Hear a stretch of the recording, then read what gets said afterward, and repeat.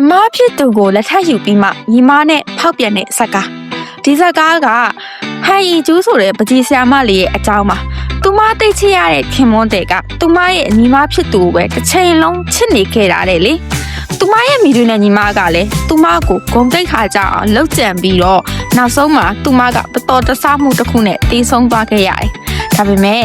ကံတရားကသူမကိုဒုတိယအကြိမ်ခွင့်ရေးပေးခဲ့တယ်။သူမမျက်လုံးပြန်ပွင့်လာတဲ့အချိန်ကလက်မထက်ခင်တစ်နှစ်အလိုအချိန်ကာလစီကိုပါ။သူမပြန်လည်မွေးဖွားလာတဲ့အခါမှာတော့အရင်လိုခေါင်းခံနေမဲ့ဒီကျူးမဟုတ်တော့ဘူး။သူမရဲ့လက်စားချင်ကြီးကတော့ရိုးရှင်းပြီးထိရောက်တယ်။သူမညီမအရန်လို့ချင်နေခဲ့တဲ့ပြီးပြည့်စုံတဲ့အမျိုးသားတစ်ယောက်ဖြစ်တဲ့စတောဒိုကိုသူမကဦးအောင်လူယူလိုက်တာပါပဲ။အရှင်ဘွားကသူမနဲ့ဘာမှမဆိုင်ခဲ့တဲ့အေးဆက်နိုင်လာတဲ့စီးကိုစောတို့က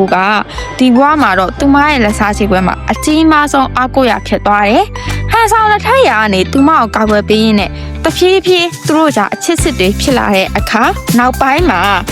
စောတို့ကဟာလည်းပြန်လဲမွေးဖွားလာရဲဆိုတာကိုဟန်ရီချူတယောက်သိရှိလိုက်ရပါတော့တယ်။ဒီဇက်ကားမှာမင်းသမီးကပထမဘဝမှာအရန်ကိုတိခတ်နိုင်လို့နာပါ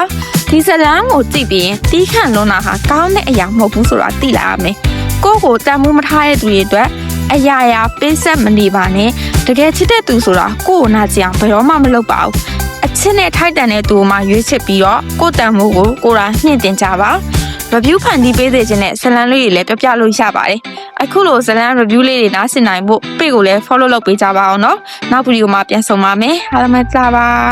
။ လာရီယာ